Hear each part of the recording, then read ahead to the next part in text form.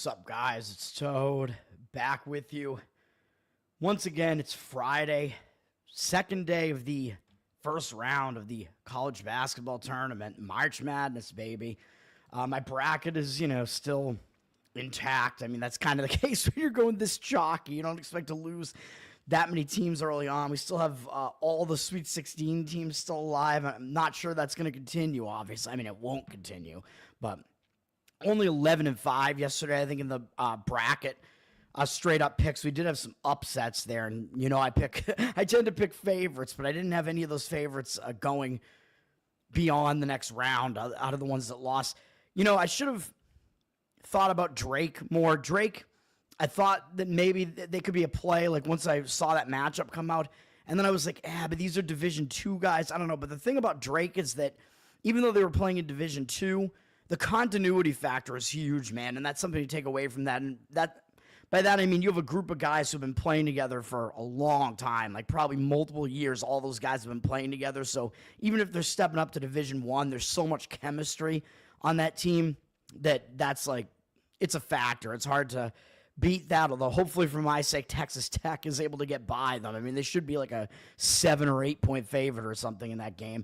We will see when we get to the next round. But we're going to talk about the first round in a minute. But yesterday, 1-3. I apologize, man. The college basketball were actually the plays that were actually good for me yesterday, even though they went 1-1. Debatably, they should have gone 2-0. The NBA play was crap, even though I know the Pacers won and they got to within like 2 or 3 points of the number, but it was an overtime win. And like, don't even tease me like that, man. Like, don't pretend like you're gonna cover, which I should say that about UC San Diego too, which I did. I tweeted it out. But Indiana Pacers, I mean, they had no chance to really cover that, even though it went into overtime and they almost got close to doing it. They were losing most of that game.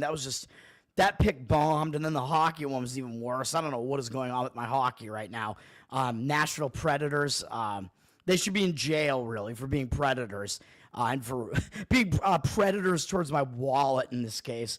And then we had UCLA was a real easy win. Did not expect that much of a blowout, but, man, the Mountain West not representing themselves well, which looks great for one of my plays today, and you probably know what it is.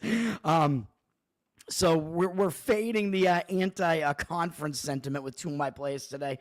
I have 4 college basketball plays today, by the way. I had 2 yesterday. I thought I was going to have 2 today, maybe 3, but I'm on 4, and I'll the one that I mentioned, well, you know what I'm talking about. I'm going to be on Colorado State, even though that was like the last one that I actually wanted to come in on out of these 4. Once it came down to it, I thought I might not even do it, and then I just decided, I guess I'll still do it. But I'll talk about that when I get to it. And then UC San Diego, I mean, what can you even do, man? I mean, they missed their first like 9 or 10 3-pointers, which is kind of out of the ordinary, put themselves in a double-digit hole. They were down 14 coming out of halftime. Then they went on a massive run, and they cut it to 1 point, I think. They went on like a 17-4 run to start the second half.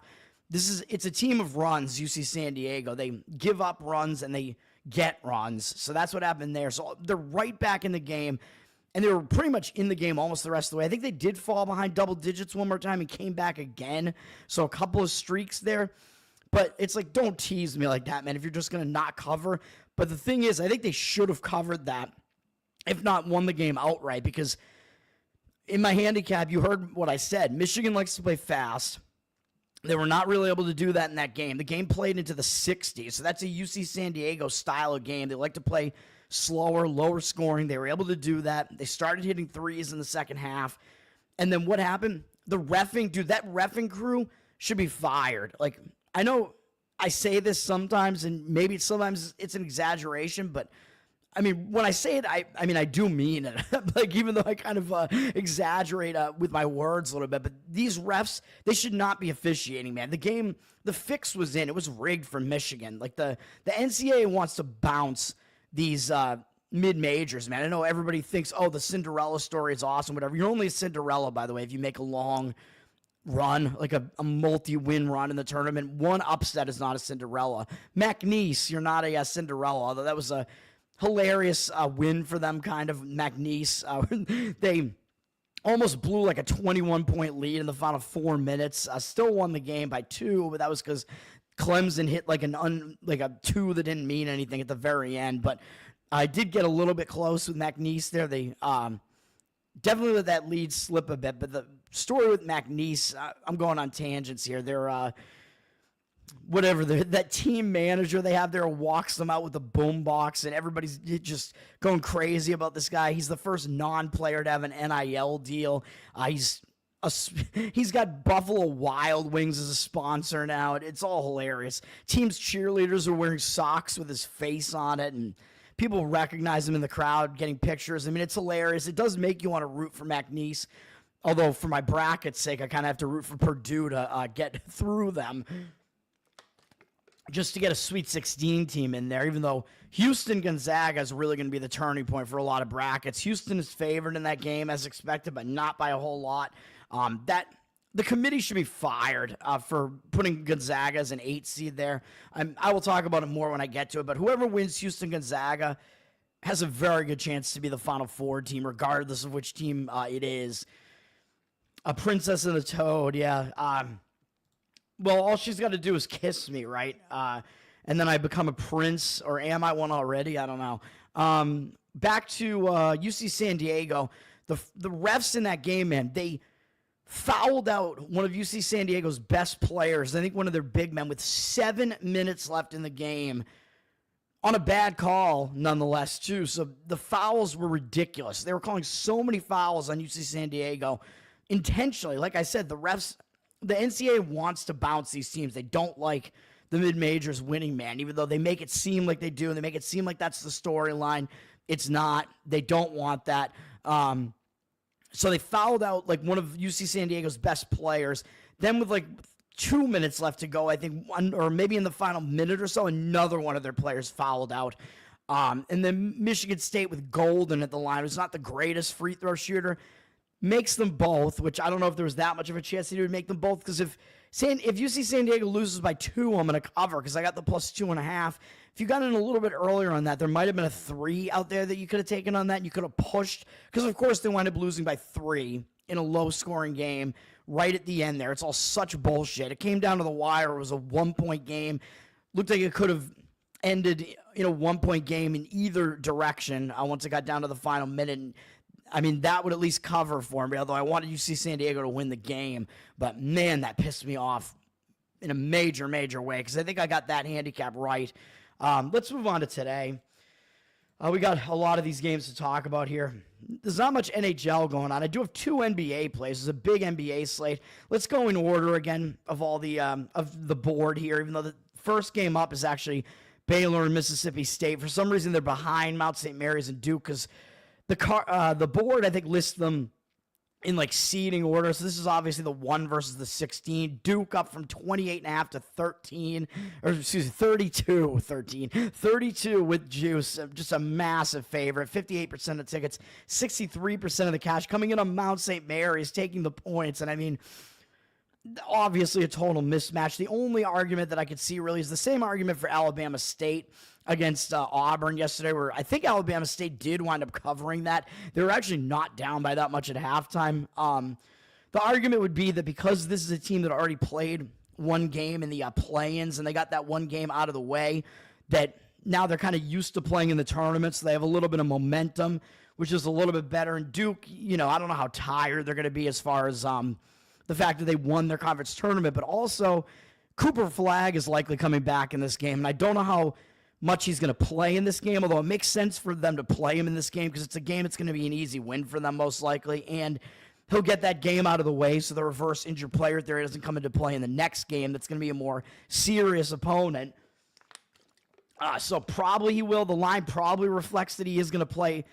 The line probably has to adjust to just expect that he's going to start, but if I was them, maybe I wouldn't give him a full complement of minutes, which they probably won't anyway if they're blowing out Mount St. Mary's. But either way, so it is kind of a reverse injured player theory spot here as well. So I could see some arguments for the Mount St. Mary's side, or maybe possibly, this is a low total. So if you want to look for Mount St. Mary's plus the points in the first half. That might make sense as well because that momentum might continue to the first half. Duke might take a little while to get going and then have a much better second half, which we've seen out of some of these better teams like Auburn yesterday, St. John's. So a lot of times that makes sense. A lot of times, like I mentioned yesterday, the first half unders make a lot of sense too because these teams have to get used to playing in this environment. Duke obviously is going to have a huge home crowd here. This is in Raleigh, North Carolina. I believe at the home of their rival, NC State, but the Duke fans are going to be there in large amounts. And Mount St. Mary's, even though they won the first 4 games, they're not a very good team, man. I mean, what can I tell you? They're very turnover prone. So obviously, I don't want to put my money on that. Baylor and Mississippi State. Mississippi State has flipped from a 1-point dog to a 1.5-point favorite with juice, but now money looks like maybe it's starting to come back on Baylor. 54% of tickets, 60% of the cash coming in on Baylor a little bit now. I know I picked Mississippi State in my brackets because of the favorite flip there. It looked like the money was coming in on Mississippi State. Seemed like, at least from the bracket perspective, it seemed like Baylor had a higher percentage of people picking them. I think really just because of the name recognition, which kind of surprised me because you would think, oh, Mississippi State, SEC, they have the better looking record. You would think they would wind up being the more public team here.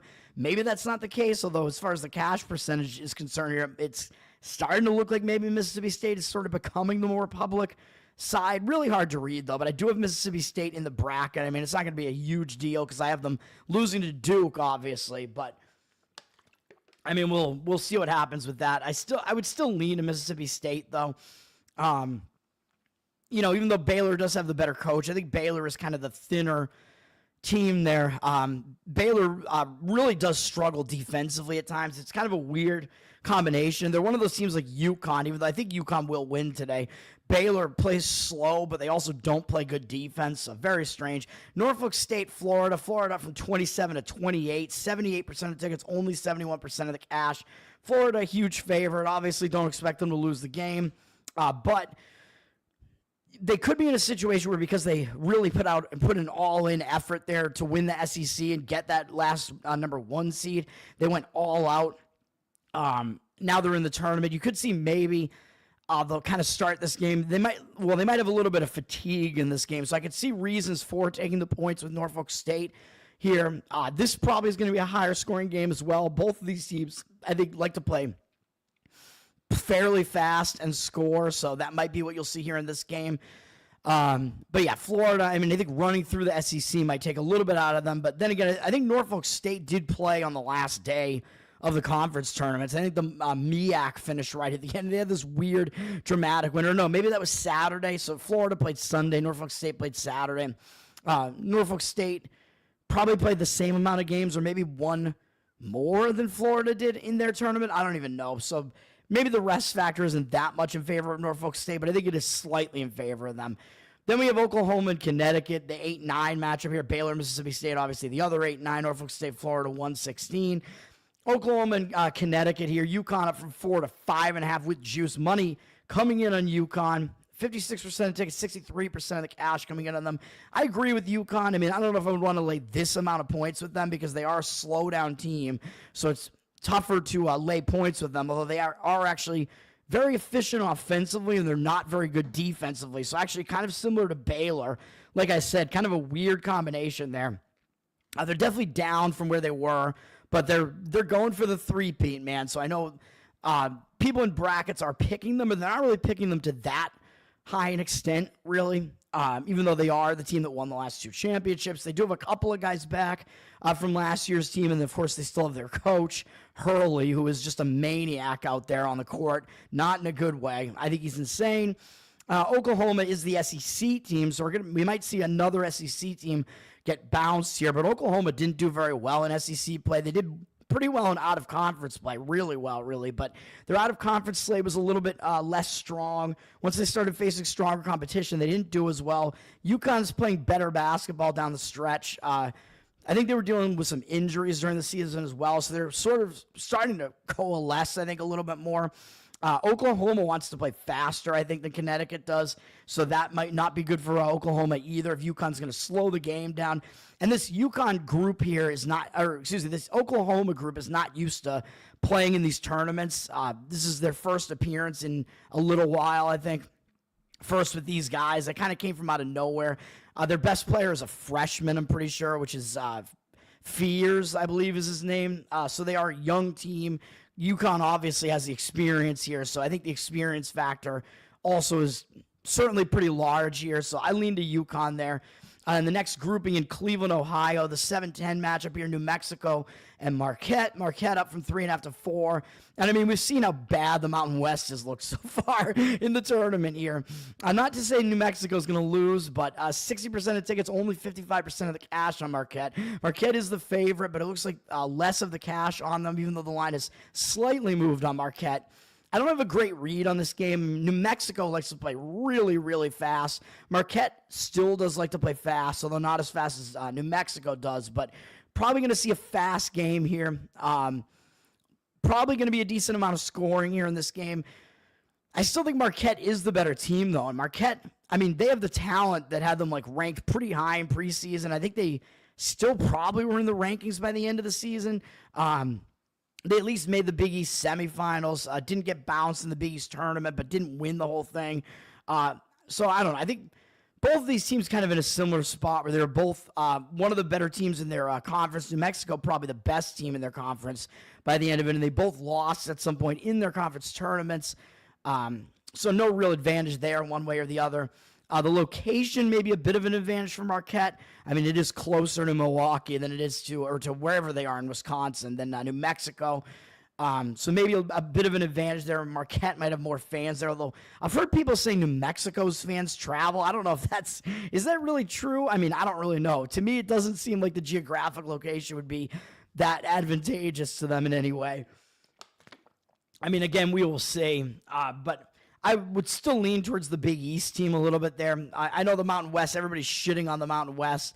It is for a reason, though. I mean, they really just don't perform that well in the tournament generally over the recent years. So that Mountain West, I mean, after they all play each other and they look like they're a very competitive conference, and they are against each other, but then they get into this tournament and they're kind of like so-so.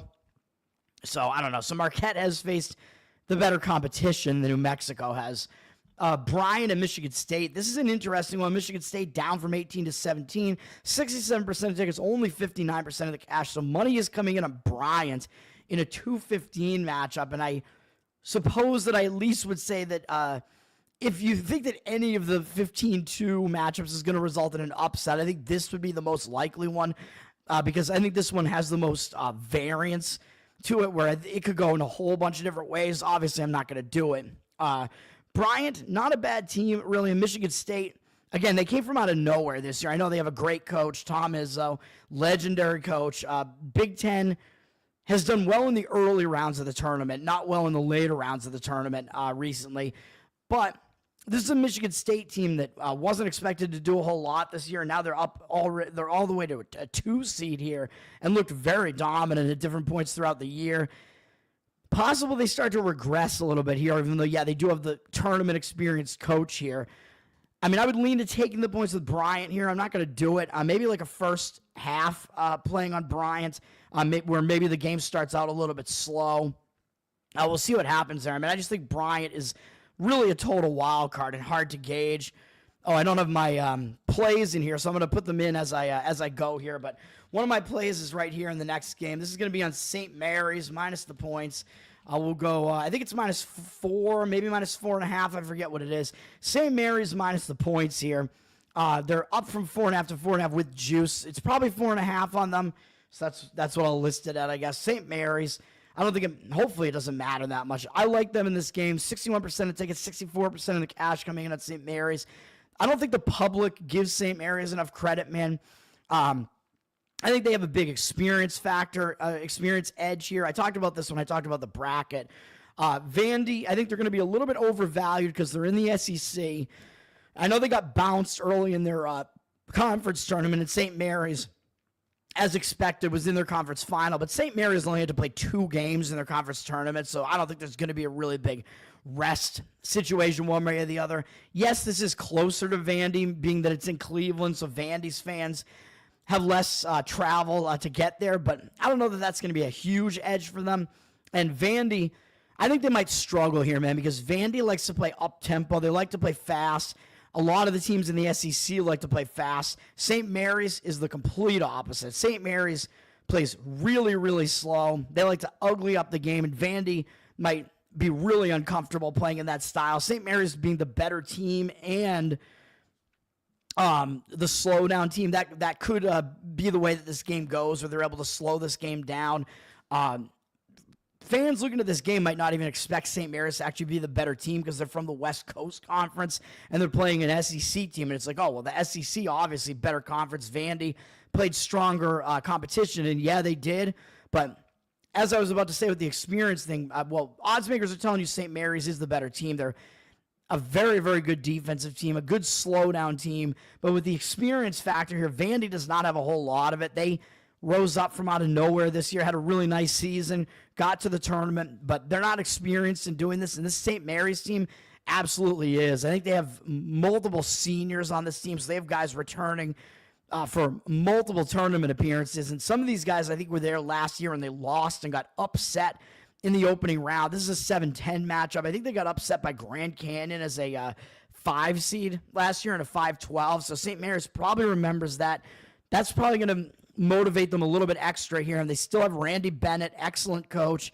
He's experienced in tournament games, man. St. Mary's, they've been to the tournament multiple years in a row. The previous year, they won the first game of the tournament, which I think I played St. Mary's in that game, and they annihilated VCU in a 5-12, and then St. Mary's then got annihilated in the next game. And I think I bet against them in that next game, too, on UConn. UConn just shredded through that region there. I bet on UConn, I think, 2 or 3 times in that tournament, so I definitely had some winners there on that one.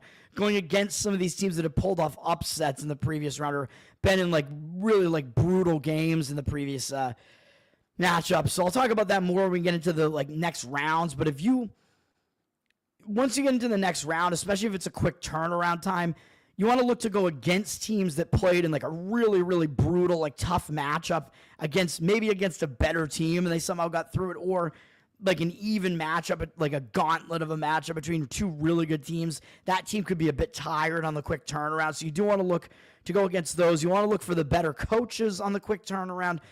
And you want to look for teams that are really good but had a scare in the previous game as a big favorite and then still got through. So those are kind of things you want to look at in the next rounds of the tournament. But in this tournament, yeah, St. Mary's, I think we're looking at the better coach here, the more experience, the style of play, I think all in favor of St. Mary's. So that's what I'll do.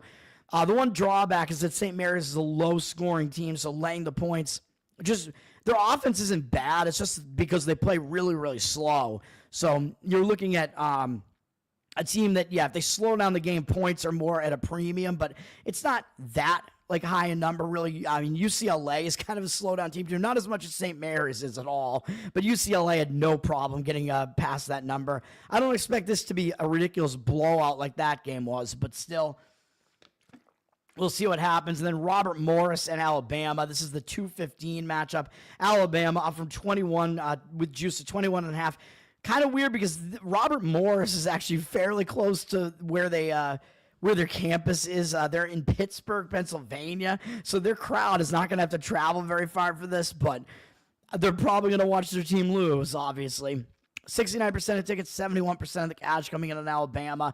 I don't have a good feel on this at all, but if Robert Morris, I don't know if they'll be able to handle the pace of Alabama in a game like this. Alabama lost in the SEC semifinals. Robert Morris won their final. I think the rest situation is probably about even between these two teams at this point. Robert Morris, I think their final finished a couple of days early, and then Alabama didn't have to play on Sunday at the very least. So we'll see how this goes. But Alabama, they just play so fast that even inferior opponents that do like to play fast still don't wind up matching up that well. So that's what we have going on there. And then we got the Milwaukee-Wisconsin slate here. Next game up, I do have a play here, and I don't like where the market percentages are going, man. I'm going to be on North Carolina, and this is going to be on the money line, minus 120, or you might be able to get better than this on North Carolina. I like North Carolina in this one, and the early money came in immediately on North Carolina, driving them up from a pick 'em to 1.5 point favorite. And one of the things I like about this, just what sticks out like a sore thumb is this is a 6-11 matchup. And when you have the lower seed in a 6-11 or especially in a 5-12, which we'll talk about in a minute, the lower seed is favored. Oh, and by the way, I should just mention these games are not in chronological order. Baylor, Mississippi State is actually the first game up today. But when you have a lower seed that's actually favored, that's the odds makers telling you the seeding is completely off. And we actually think this lower seeded team is the better team. I agree. I like North Carolina in this one. And why I like this even more is that North Carolina has a game under their belt. They played in the play-in. So a lot of people take that as, oh, well, this team is going to be more tired, whatever. And I think it's a complete opposite. I think that playing in the opening round game there, it gets the nerves out of the way. It gives you momentum. It makes it so that you have that game under your belt, and then you're going into this game already with enough, like with a little bit of confidence. You're not overconfident, even though they did smash San Diego State. I think that actually helps because they really didn't have to put in like a full effort in that game. Once the game got down to the end, the game was totally out of hand. So I like that too. So they're not going to be overly tired. They actually haven't played since Tuesday. So usually the Tuesday play-in team has to play on Thursday, but the way the scheduling worked out, they're actually playing on Friday. It does mean that Ole Miss, with Chris Beard, who is a good coach, does mean they had an extra day to know who their opponent is and prepare for their opponent. But I still don't know if I love it, man. This North Carolina team, so they have the advantage of having already played. I think that is an advantage. They got that extra day off to kind of help. They're traveling from Dayton to Milwaukee, so not a whole lot of travel there. It's kind of a quick trip there. And North Carolina, I mean, their fan base is just everywhere, man. So I kind of expect they're going to have more fans in this game. It's not a location that's advantageous to either team, really. I mean, this is a grouping that's in Milwaukee. Probably you're going to get more North Carolina fans there, maybe except for the fact that I guess they're going to play the winner of Iowa State and Lipscomb. I guess if the Iowa State fans show up, they're going to be rooting against, well, they'll actually probably be rooting against Ole Miss, to be honest. Who are they even going to root against? I don't know. This is another situation where you have SEC against ACC, and I think people are going to be like, oh, well, the SEC team, better team, obviously better conference. The ACC sucks. And I think that's even more the case now because we saw what the ACC did yesterday. Louisville lost, Clemson lost. So it's like it's all over for the ACC, right? Well, I don't know, man. I mean, time and time again, a lot of times we see the ACC come down to the blue bloods. I know Clemson made it further than North Carolina did last year, but this North Carolina team, they're blue blood and they still have experience, man. I mean, they got Davis there. He's been there for a while now at this point. He's got experience coaching in the tournament. They got that game under their belt. They got some players who were there last year, so they have players with experience as well. Some of these guys were on the team last year that was a 1 seed, and they got bounced in the Sweet 16 round, I think, right, against Alabama. So these North Carolina guys, some of these guys remember that. So I think they're playing with a bit of a chip on their shoulder, and it's even bigger because they're the team that everybody said doesn't belong here, and they might still be saying that, like, okay, you want to play in game against a Mountain West team, and look at what Utah State did yesterday. The Mountain West, they don't belong here either. They suck. So now you have to play an SEC opponent. Good luck with that. You don't belong here. So I think North Carolina is going to be extra motivated for that reason as well. Yes, I know Ole Miss is a pretty decent team. They're a good team, good coach with Chris Beard, but I just don't know that they have enough they don't have that much tournament pedigree, let's say, there as a unit like this. North Carolina actually does have more. So for all those reasons, all of them lean in the direction of North Carolina. I don't love that the cash percentage now looks like it's less on North Carolina than it was. 70% of tickets and only 68% of the cash, and the line looks like it's moving back down in the direction of Ole Miss. I don't like that. The initial line move, when the line first came out, North Carolina did get hammered, and I do think that was more professional betting, I think, because once this is the tournament, man, the first days of the tournament, a lot of times what happens is sometimes the public starts coming in later, and that actually can kind of influence the line a little bit. Really, the only games where the public can kind of influence the line are in tournament games and in the Super Bowl, of course. In the Super Bowl, it does happen. So I think maybe we're seeing that happen in a game like this. It's really hard to gauge, man, so you kind of just have to go I mean, the market read does help still. I mean, definitely look at the market, but also I think the fact that I don't like the fact that North Carolina looks public is what I'm trying to say, I guess. But the fact that the public does come in on these games. Yeah, I don't know, but I'm hoping that a lot of these were professional bettors. I'm hoping that really it's a situation where the pros just happen to agree with the public here. Although I don't know if the public does agree. I know that in brackets, it makes sense to take North Carolina because a lot of people just fill out their bracket. They just pick against the play-in winner and just move on. So there's a higher percentage of people picking the other team. So it's certainly advantageous in brackets to take the lower seeded team who's getting picked like 37% of the time as the favorite here. But I actually like it as a bet too. For all the reasons that I just said, I'm just trying to figure out the market indicators here, which seem a little bit odd to me. Not really what I would expect. Maybe there's a little bit of a bandwagon on North Carolina again now after what they did, the complete dismantling of San Diego State. But again, I still like North Carolina in this game for the reasons I just said. So that's where I'm going to look. Lipscomb and Iowa State. Iowa State up from 12.5 to 14 with juice on both those numbers. 57% of tickets, 71% of the cash coming in on Iowa State. I mean, and I was trying to. I don't like how my mind is all over the place, man. I was trying to finish my thought about, the public can influence the lines, mostly in the Super Bowl, but also in like the first round games in the NCAA tournament, and that's really about it. Although sometimes you got to figure out, like, is this line move that you see here, is that because of the public or is it because of professional bettors? And I do think that early line move in North Carolina was professional bettors doing it, because I don't think the public came in like right away like that to that extent to move the line. And the public usually, even in these games like this, I don't know that the public has that much respect that they can move the line to that degree. So even though it does look like the public is coming in on that North Carolina side, which I don't love. Anyway, back to Iowa State. It does look like the cash is coming in on them. Iowa State, definitely a good team, man. The problem is, as I mentioned in my bracket breakdown, they're going to be without Keyshawn Gilbert for the rest of this season, for the rest of the tournament. He's the guy that like runs their offense. He's a key piece for Iowa State. But I do still have them getting to the Elite Eight just because I don't really like any of the teams in that grouping, man. And I said if you wanted to get really crazy or if you're in a larger bracket play, I actually wouldn't hate running North Carolina all the way to the Elite Eight there, because I think you got a Michigan State team in that grouping that came from out of nowhere, and I think they're being overpicked, so I don't love them there. And I don't love Iowa State just because they're missing Gilbert. If they had him, I would like Iowa State to make a little bit of a run here, because this Iowa State team, they are good, man. When they had Gilbert and their other two guys that got hurt at different points throughout the season, Momcilovic and Jones, I think, and those guys are both back, so those guys are both playing. But when they had all three of them, they had only lost one game up until the final games of the season, when I think they lost to Arizona and BYU, maybe. I forget who they lost to. And then Iowa State had a shocking exit from the Big 12 tournament in that first game. Not really shocking because they lost to a decent team, I think, but maybe that was the Arizona one. I don't remember who they lost to, but I liked Iowa State to win that game. They blew the game. They didn't win. They lost Gilbert, so it is not the greatest situation, but because they exited so early, I think that puts them in a good spot in the first round of the tournament as well.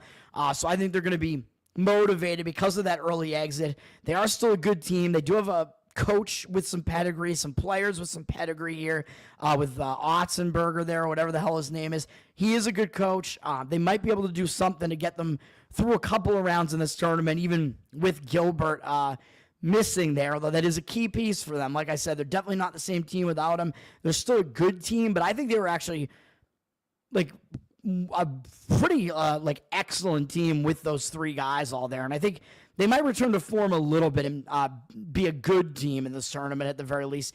Xavier in Illinois. Illinois down from 4 to 3.5 here, but 51% of the cash coming in Illinois, 51% of tickets coming in on Xavier. This is the 11-6 matchup. Lipscomb, Iowa State 3 versus 14, by the way. This is the 11-6 matchup involving an 11 play-in team that I liked less than the other one. Xavier has less time off than North Carolina does because they did have to play on Wednesday in the late game, and they had to overcome a huge deficit, man. They were losing big to Texas, so Xavier made a huge run in the second half, so they really had to put in a big effort. So now, yes, they do have momentum on the quick turnaround time. Illinois has a quick turnaround time to try to figure out how to game plan for who their opponent is going to be, because they didn't know who their opponent was going to be, and maybe they even started game planning for the wrong team for Texas, but now they actually get Xavier here So little bit of an advantage for Xavier in that respect because Illinois didn't know who their opponent was going to be. Xavier gets that one game out of the way. Traveling from Dayton to Milwaukee, not a huge travel spot. Like I said, I mean, both of these teams are actually doing that. North Carolina and Xavier, the way the tournament has set this up. So making sure they don't have to have a huge amount of travel there from those play-in games.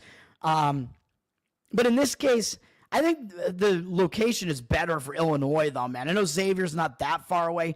Xavier, the location was probably better for them in Dayton, man, which was something I forgot to mention when I said that I kind of like Texas plus the points there. Xavier, playing in Dayton, Xavier's pretty close by, man. They're in Cincinnati. So, I mean, they're not that far away from here either, but in Milwaukee, you know the Illinois fans are going to show up here, man. This Milwaukee location is pretty good for Illinois. So that's kind of part of the reason why I advanced Illinois in my bracket. And I actually went with the leverage play and actually have them getting to the Sweet 16 here because I think them playing in Milwaukee is actually a good location for them. And I forgot to mention that in my bracket video. Illinois fans travel, dude. I was at the East Regionals last year when they were there. Illinois had a pretty big fan base there. I mean, obviously UConn's was the biggest, but Illinois was surprisingly big. I mean, they get a lot of the Chicago area people. That's very close to Milwaukee. So Illinois, I think they're going to travel here. They're going to have a lot of fans in this grouping. And their fans are going to be rooting against Kentucky, too. So I think it does help Illinois, man. So I do like Illinois to get through this game. Whether or not they cover, I don't know. I think Xavier, even though, yes, they have the advantage of having that game under their belt, they are the lesser team. I think everybody's just shitting on Illinois. Illinois is going to have a bit of a motivational factor just because they got knocked out in such an ugly way in the Big Ten tournament. Maryland totally embarrassed them, if I remember correctly. So Illinois coming off a very embarrassing loss. So I think that's going to have them motivated. They have an experienced coach. So does Xavier, though. I know Xavier has Sean Miller, and they got Fremantle there, who is an experienced tournament player. I feel like he's 26 years old now. Illinois does at least still have Brad Underwood, even though they have had some turnaround as far as their player personnel is. I think Illinois is actually a little bit under the radar right now, man. I mean, they're a better team, I think, than what they looked like they were kind of in that bad stretch that they had where they were dealing with injuries, team illnesses, and hopefully that extra time off after getting bounced from the Big Ten tournament has them, like, using that time to refocus and get healthier. I think that is kind of an advantage to Illinois. So I wouldn't really want to fade Illinois here. Whereas I think Ole Miss, I think, is a more fadeable team there. And Ole Miss, I think, did make it a little bit deeper into the SEC tournament. And they did have a dramatic, I think, buzzer beater win. And then they lost to one of the top teams, I think, in the, I forget who they lost to, but they lost to one of the top teams in the SEC, I think, in the quarterfinals. So Illinois had a much more embarrassing exit from their tournament. So Illinois, I think, is a less fadeable team in this round here, in this spot. Troy and Kentucky, not at Kentucky, but the Kentucky fan base is big. I mean, they will probably travel up to Milwaukee. Kentucky up from 11 to 11.5, 76% of the cash, only 68% of the tickets. Kentucky is still the better team here, even though they are dealing with some injuries. Most notably, Jackson Robinson is injured. They do have Lamont Butler back, their point guard. So he is there. Robinson is kind of a big loss for them. And I think they do have one other key player who's going to be injured now, not going to play in the tournament. So Kentucky does have some issues, but I think they should be able to at least get by this game. Even though if they don't, that helps my bracket if Illinois does win. So Kentucky, they play fast. They don't play good defense, but I think against Troy, even though Troy is a slowdown team and they play good defense, I don't know if Troy really has the shooting capabilities to really pull off a double-digit upset like Oakland did against Kentucky last year. And Kentucky, even though they have a new coach here in Mark Pope, I don't know how many of the players returned from last year's team, but Kentucky, if they have some of those same players, they at least remember they got bounced in a 3-14 matchup, and this is a 3-14 matchup, and I think it's in the same place in the bracket as well, so that's kind of weird. Yale, by the way, was in the same place in the bracket that they were last year as well. So Kentucky might want to redeem themselves from that bad upset loss last year as well. So some motivating factors there. Kentucky being the better team probably will be able to speed this game up on Troy. And Troy, if that's the case, Troy probably won't be able to handle it, but we will see. I mean, that's not a game that I'm going to play. And then in this final grouping, I actually have two more plays. JC, what's up, man? What's up, guys? Yes, hello to everybody. Yeah, the Kentucky Fried fan base. Didn't help Louisville there. And Louisville actually has the KFC Yum Arena, although they're playing in Rupp Arena yesterday, but still they had a lot of fans there. And their fans were not happy. Akron and Arizona. Arizona from 14 to 14.5 here. Public actually looks like it's coming in on Akron. This is a 4-13 matchup. 56% of tickets, only 51% of the cash coming in on Akron. Akron had to run through the MAC tournament and win the MAC, so they won, I think, on probably Saturday. So Arizona, I think, has a little bit. Oh no, Arizona got to the final, right? Did they? I don't even remember. Did they get to the Big 12 final? So both of these teams would played on Saturday? I don't even remember, man. Yeah, I think Arizona got to the final and played tough and lost to Houston.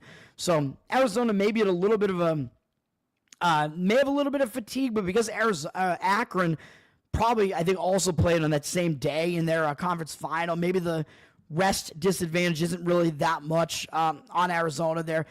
Akron looks like a public underdog here, man, so I wouldn't want to try to be taking the points with Akron here. I know people kind of remember, Akron was in the tournament last year. They almost pulled off an upset 2 years prior to that against UCLA. I think a lot of those guys from that almost upset against UCLA were back for Akron last year, but I think a lot of them are gone now. So this Akron team is good, but they're not really the same.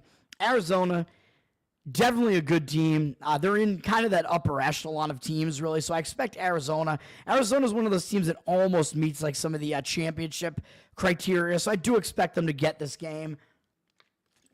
And then we do have my other plays here, which this Colorado State one is worrying me, man. But I am on Colorado State. Let me see here. Maybe I shouldn't play it. This is the last one that I kind of wanted to play. This is a money line play. And I forget what I got on the money line on this one. I think it was about minus 120, but I'll correct it in the description if I'm wrong. But Colorado State opened a 2.5 favorite, and they're down to 1.5. So I do think you're getting more value on Colorado State here. 53% of the tickets on them, but now 53% of the cash coming in on Memphis. I mean, it makes sense in brackets to take Colorado State because the public players are going to be taking Memphis as the 5 seed in a 5-12 matchup. So you're getting Colorado State as actually the favorite in the game, only being picked like 30-something% of the time. So obviously in the brackets, that's how I would lean. That is what I did in my bracket. I still think Colorado State is the right side in this game, though. Obviously, I just don't like Memphis, even though they do have the playoff or the tournament experience, I guess, but that experience isn't good. As I keep pointing out, Penny Hardaway, I think he's a very bad coach. Memphis does not clean up their turnover issues. They're an extremely turnover-prone team. Oh, and speaking of that, by the way, another thing I like about St. Mary's is that in their Western Conference Championship loss to Gonzaga, they had their worst game of the season, and St. Mary's was making a big run up until that point. So I think the fact that St. Mary's lost that game is actually going to be really beneficial to them to try to bounce back from that loss and fix some things, because if they were just running into this tournament having won everything, I think they'd be feeling too high on themselves. St. Mary's had such a bad game against Gonzaga, and it was actually still a close final score there, and St. Mary's played awfully. So I think St. Mary's is going to be in bounce back mode from that, really. St. Mary's, I believe, hit 0 3-pointers in that game and had 18 turnovers. And both those things are not typical of St. Mary's, even though they don't take that many threes. But they don't turn the ball over that much at all. So that was crazy. Gonzaga was able to kind of get them in a frenetic style of game, which I don't think Vandy is going to be able to do that. Vandy is not as good as Gonzaga is. So just an extra thought there that I forgot about. But Memphis is very turnover prone. Colorado State is a better coach team with Nico Medved.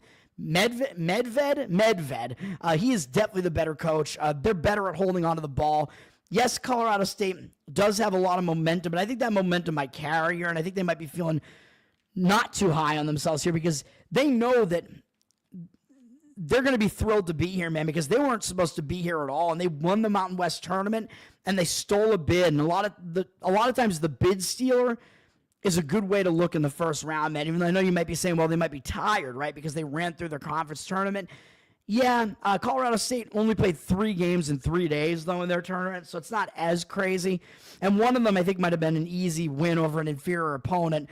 Then the tough game that they had was against Utah State. But I think even against Utah State and then in the final against Boise State, Colorado State had blowout wins in both of those, but I don't think they're going to be feeling too cocky about themselves.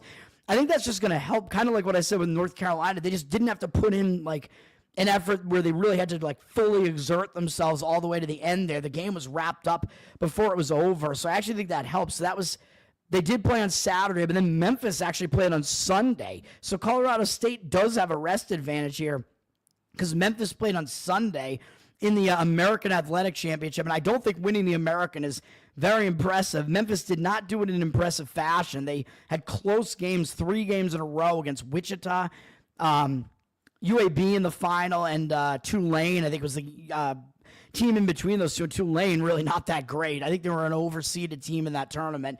So Memphis, they haven't played great teams. I mean, they haven't really stepped them in class for a long time. They've been playing for like 2-3 months. They've been playing all the bad teams in the American Athletic Conference, and they haven't played any good teams since since last year, basically in the non-conference schedule. So Memphis has not been battle tested for a while. I know we're saying about the Mountain West, but I think because the Mountain West has looked so bad in this tournament so far and in recent years, that I think that actually gives you a little bit of value on Colorado State. The odds makers are telling you they're the better team, and again, that's eye-opening when you have a 12 seed as a favorite over a 5 seed. And I can only remember that happening twice in recent memory, with Richmond against Vandy and Murray State with Ja Morant against Vandy. And both of those teams won and pulled off the upset, both 12 seeds. I think they were both 12 seeds. Maybe one of them was a 13 with Murray State. I don't even remember. But when you see like 12 or 13 seeds like that pulling off an upset, like a perceived upset like that, but they're actually the favorite. So I'm saying that if that team is actually the favorite, and the teams are that misseeded, you usually want to go with what the odds makers are telling you rather than what the seeding committee is telling you. So I think you're getting a little bit of value on it, because I think the odds makers can't fully skew the line in favor of the team that is the better team. Colorado State playing really well right now. They're on a good run. They are a better team than what they were at the beginning of the season. They've really started to coalesce. I don't remember if Memphis even made the tournament last year, to be honest. I think they did, because I think UAB stole a bid, but maybe Memphis was out because maybe FAU got in, right? So FAU maybe won that. I don't even remember, man. So I don't know. So Memphis, the only thing I can remember about them with Penny Hardaway in the tournament was Memphis losing to FAU in the FAU Final Four run. And then Memphis, you do have to look at their personnel, and maybe the reason why this line is moving a little bit is because Memphis, I think their point guard has been injured. One of their best players has been injured. And if he comes back in this game, it's going to be a reverse injured player spot as well, because they're going to have to get used to running their offense with him again, whereas they're just starting to get used to not having him there. So I don't like that. And the fact that Memphis didn't look good in their conference tournament, I think is actually worse, because I think it I think it tells you that that I think it's more of a trend really than Memphis just looking worse than they actually are. I think it's actually just telling you that Memphis isn't really that good. If game after game they just play these close games against these inferior opponents. So I'm going to give the edge to Colorado State here, which the odds makers also are.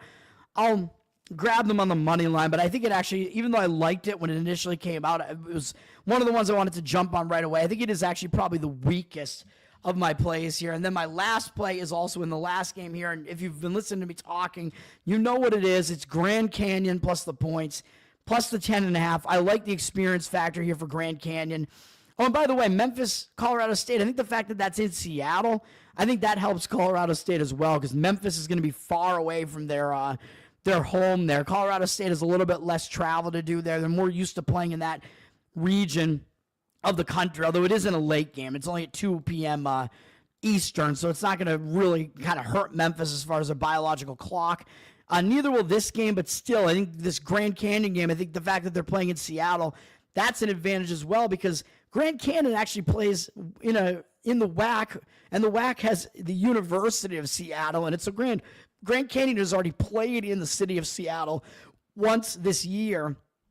I don't think it was in Climate Pledge Arena. I think it was probably at Seattle's home arena, whatever the hell that is. But Grand Canyon is way more used to playing in this area of the country than Maryland, who's going to have to travel cross country. And this game, I wish it was a really, really late game, even though I know Michigan did still beat me last night in what I thought was going to be an advantageous late spot for a team that's more used to playing out west. Those late spots are worse for Eastern teams, man. So if you get an Eastern team in a late spot in the tournament against a Western team, I think the Western team does have an edge in those types of games. But Maryland, they're public. They're down from 11.5 to 10.5, 56% of tickets, 52% of the cash coming in on Grand Canyon.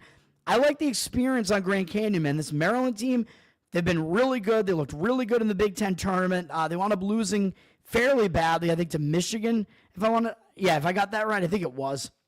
But Maryland trounced Illinois before that. I think Maryland's got a lot of hype on them right now, and I do have them getting to the Sweet 16 in my bracket. I don't think they're actually going to lose this game, and I'd rather have them advancing there than trying to really crapshoot the Colorado State-Memphis game, even though I like Colorado State in that game. Grand Canyon, Maryland. Yeah, I mean, Maryland, they're definitely good, but I think they're a little bit of a thin roster. I don't think they run that deep as far as their bench is concerned. Having to travel out west here, and they're new to this, man. Maryland rose up from out of nowhere this year. They're not used to playing in a situation like this, in a 4-13 game like this, being like this highly touted team. A lot of their best players are young guys, freshmen, so they do have a lot of youth and inexperience on this team. And I think Grand Canyon has more experience playing together, at least, and the better coach, as they have Bryce Drew, Baylor's coach, Scott Drew's brother, Bryce Drew, most famous for that buzzer beater shot that I mentioned before when he was on Valpo back in the day. That was in a tournament game, I believe. Drew has been at this Grand Canyon program for a while, man, and he's turned them into something. They're the best team in the WAC. They won a tournament game last year, so they definitely have the tournament experience. They definitely have the ability to give Maryland a scare in this game, man. So I like that. I like the experience. Grand Canyon also was, they played somewhat poorly in the out-of-conference schedule. I know they're playing some of the better teams in some of the better conferences, some of the better conference teams that they played. Grand Canyon didn't live up to expectations there. And they had a couple of losses in the WAC. None of that looks good, but they were in the WAC part of the schedule. They were without one of their best players. I think they might have been without him earlier in the season too, because he had academic eligibility issues. I forget his name, but he's like one of their best players, and he is back on the team now, and he's been back for a little while. He was there in the WAC tournament. So, yeah, they had to run through the WAC tournament and win it, but they only had to play 2 games, I think, in the WAC tournament. And, yeah, they won it on Saturday night, so somewhat of a quick turnaround time, but it's kind of a normal turnaround time now, really, for going from Saturday to Friday. I mean, that's not that bad at this point, so I like Grand Canyon here for all those reasons, man. Yeah, I mean, I don't know if there's anything else to really say about that, but Grand Canyon does have their team more intact now with, I forget the guy's name, but he is back, so I will take the points with Grand Canyon. Didn't get the best number. We're only losing 1 or 2 points between 10, 11. I don't think there's that much of a difference there. Climate Pledge Arena, yeah, it's the gayest name out there, man. It's so stupid. It's still like a huge, like, corporate arena. Like, is it really that climate friendly? Who knows? We'll look at the odds have come out for the teams that advanced yesterday, so we'll see how that looks for me going into tomorrow's slate there. I'm not going to talk about it now, but tomorrow I will. It looks like the CIT did have games that were supposed to be scheduled, but I don't see them on here, so there is no CIT today, right? It's the first 2 games of the NCAA tournament. We don't have any we don't have any anything else besides the actual tournament games, so that the lower postseason tournaments don't interfere with it. So, yeah, that's all we got going on there. So that's going to do it for that. The women's tournament starts today, though, so I know you want that. I do have a women's bracket. I don't really think about it that much, but I do have UConn winning it, I'm pretty sure. If you want, you have UConn over South Carolina. Women's bracket tends to be really, really chalky, but I think South Carolina is the most popular champion pick there, and I think UConn's odds are almost as good as South Carolina's to get there. South Carolina's trying to repeat, so they might be a little bit overvalued there, and UConn is a 2 seed and are probably a bit undervalued as a 2 seed there. So I like UConn in the women's. I don't know anything about the women's, so let's go to NHL. We only have 1 game, Columbus and Pittsburgh. Not a play for me here, but Columbus, I kind of lean to Pittsburgh here. Pittsburgh is the worst team, but they're up from -135 to -138.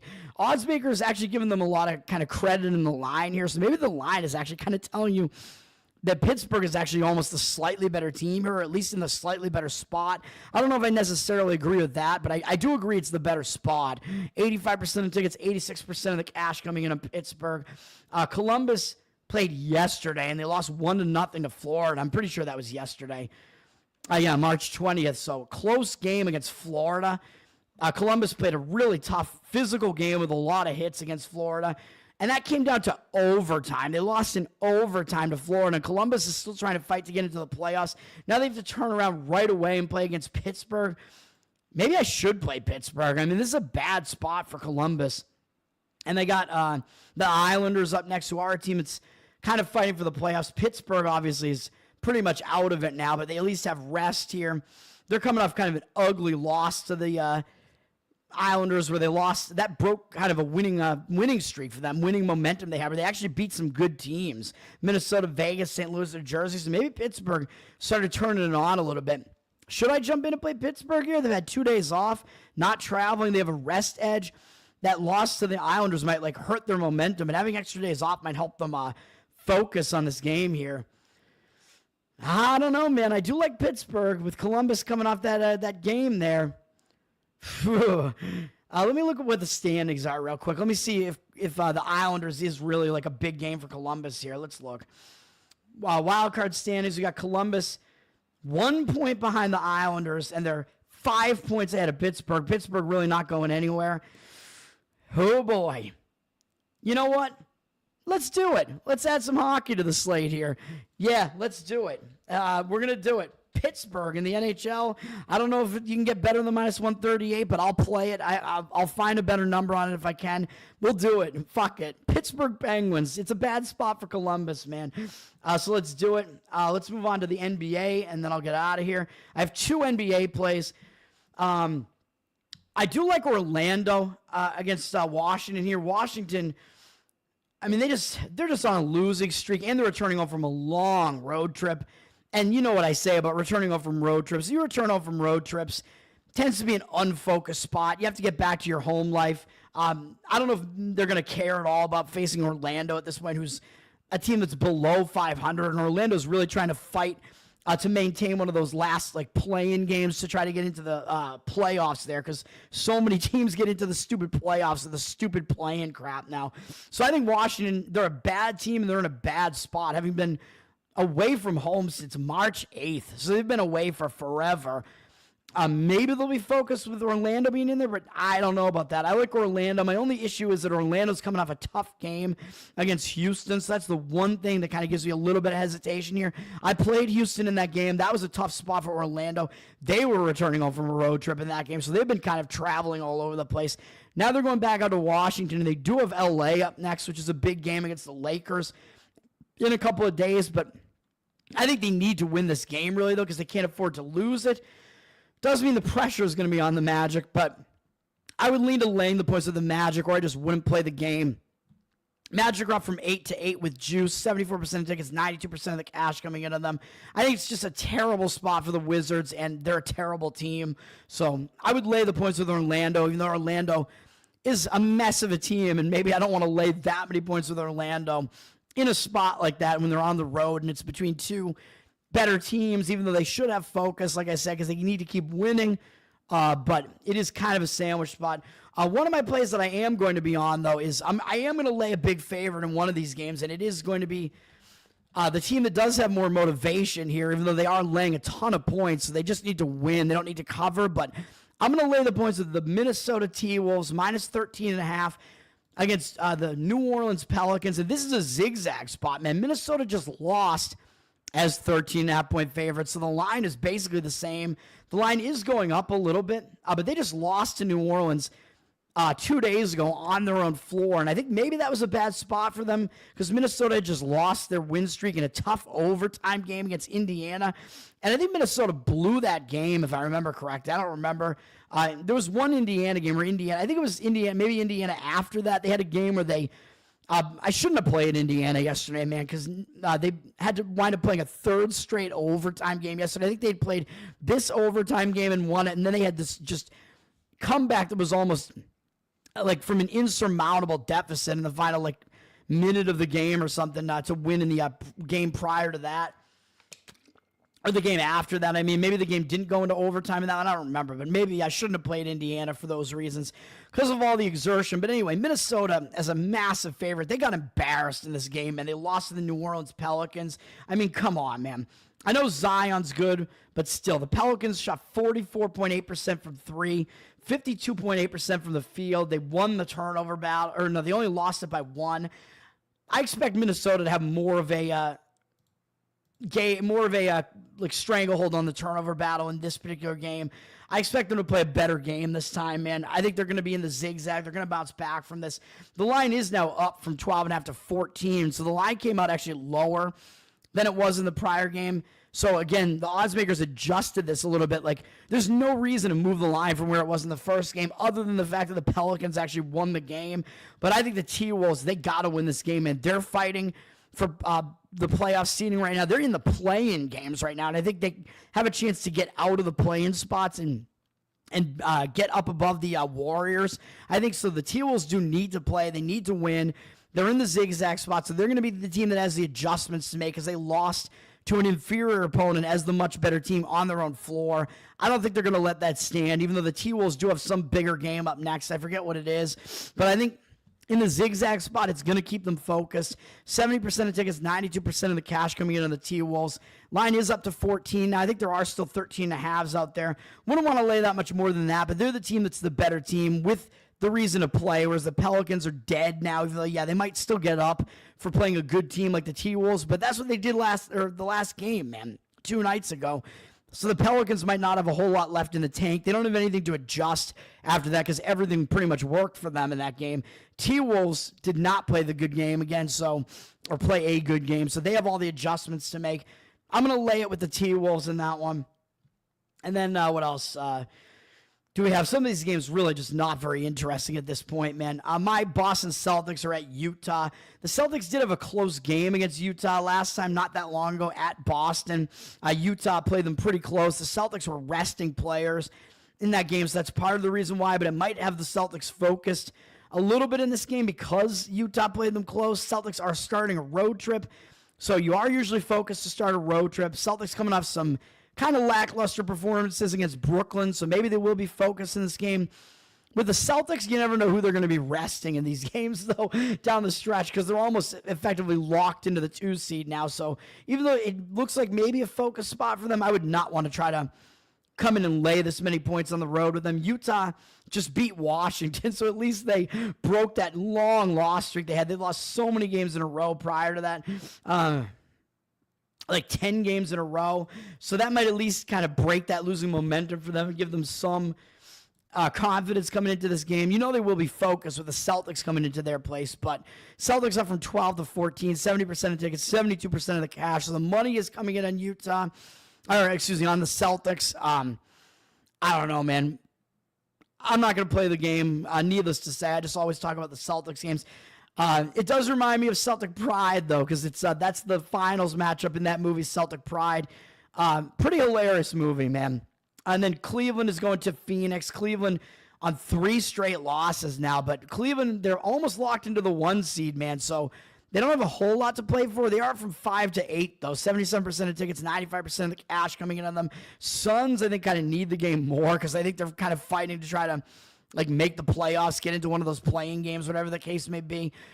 So I don't know. We'll see what happens there. Cleveland with another road game here in the middle of this road trip, kind of traveling a lot right now. So I don't know. The market read is on Cleveland. The money's coming in on Cleveland. Just don't really know that I would agree with it. Denver and Portland. Portland is flipped from a 1-point dog to a 1-point favorite here. They got 68% of the cash coming in on them, 62% of tickets on the Nuggets.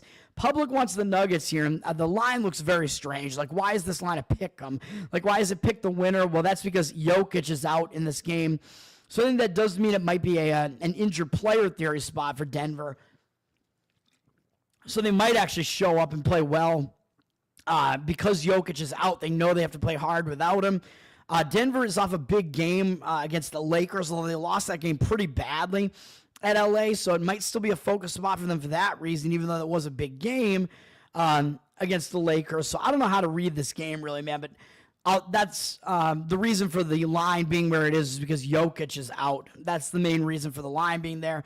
But then I do have a final play here, and I don't know if we're going to be able to get a better number on this because I want to get the 7 if we can on this. But I like Memphis plus the points here. It is at 6.5 right now. I'm waiting on it for a little while just to see if any 7s pop up. Clippers just sitting at 6.5. 58% of tickets coming in on them. 59% of the cash coming in on the Grizzlies. And I think the Grizzlies, they're in the spot where they got to pay more attention to a game like this, man. The Clippers, if you look at the standings, the Clippers, I believe they're more secure in whatever their spot is. Well, no, they're playing to try to move up out of the so never mind. They're trying to get out of the play-in game, so they would like to be out of the play-in spot, obviously. So would Minnesota, which is why I like Minnesota today.